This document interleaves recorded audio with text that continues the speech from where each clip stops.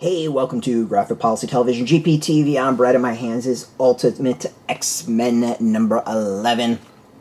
The art and story are by Peach Momoko. It's an interesting series. Script adaptation: Zack, Davisson, lettering Travis Lanham. So, it's called X-Men, but, the traditional concept of, like, a team and a teacher and all that isn't quite there. Instead, we have a bunch of kids who have mutant powers. They're all in Japan.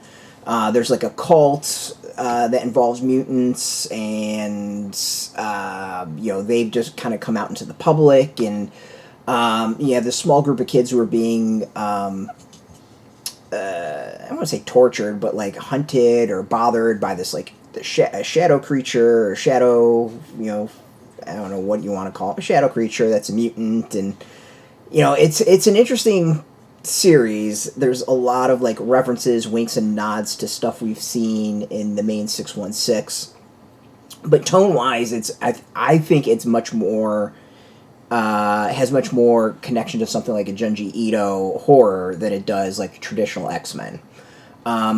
For the most part, like, the series has really been, like, this small group of kids kind of coming together and dealing with this, like, shadow person who killed other school children. And then slowly it's been kind of rolling out into this, like, grander conspiracy or this grander cult, stuff like that. For me, the series, like, I think it's actually getting worse with each issue. To me, it's the weakest of the Ultimate comics. There's I like the tone, I like the look of it. I just think it's dragged out way too much.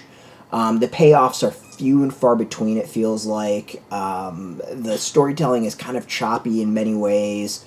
It's one that I feel like it's a comic you need to go back to previous issues and, like, catch up to try to remember what the hell's going on. For instance, in this issue, you've got three different plots going on. There's things with a couple of kids trying to find one of their friends named Natsu. You got Armor going up against Kanan. And then you've kind of got the Children of the Atom and this other group of masked mutants kind of, like, finally starting to clash. It's a lot of good concepts. Like, I like this idea of this mutant cult and then kind of coming out into the public and the public not sure what to do, especially in the Ultimate world where mutants seem to be restricted as to kind of where they live. There's a lot of interesting concepts there. I'm not sure quite the execution is really paid off to the point where it's exciting. Like, this is very dragged out. It's very slow. Plotting is, I think, a good way of describing it. I kind of wanted to get to something, calling it something else, Ultimate Mutants or, Ultimate X Genes, something like that would have been, I think, a far better descriptor of the series.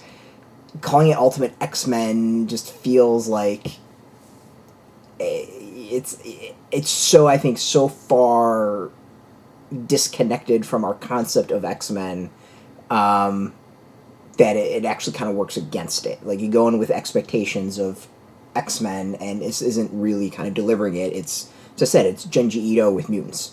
Peach Momoko's art, like, I generally really like it.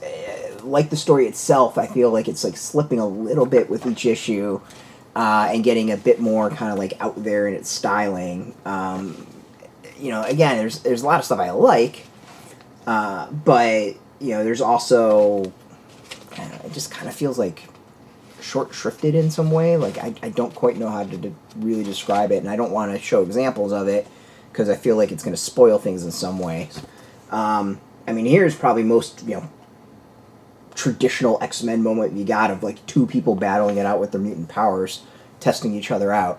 So, yeah, like, it's an interesting series, it's an interesting concept. I'm not convinced on the execution. Like, I was always kind of iffy to start, and I liked some of the direction it's going, but to me, we're 11 issues in, and I don't feel like we've really, like, moved 2 feet.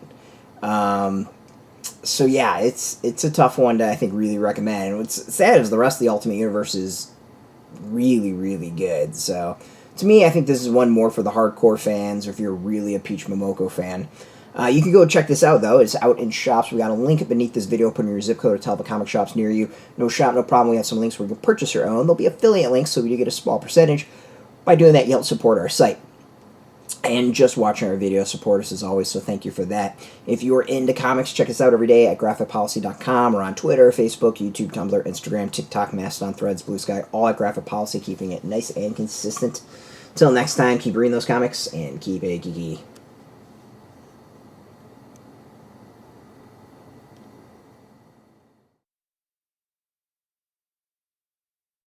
Hey, thanks for watching the previous video from Graphic Policy Television. Just by watching, you help support our site. Thank you so much. Now, if you're watching these videos, you probably care about geeky things like movies, television, comic books, toys, games, video games, you name it. You can go and subscribe right now to our YouTube channel to stay in touch and catch all the new videos, or check out our website at graphicpolicy.com. There's a nice link on this end of the video. But as always, thank you for watching. Keep on rocking and keep it geeky.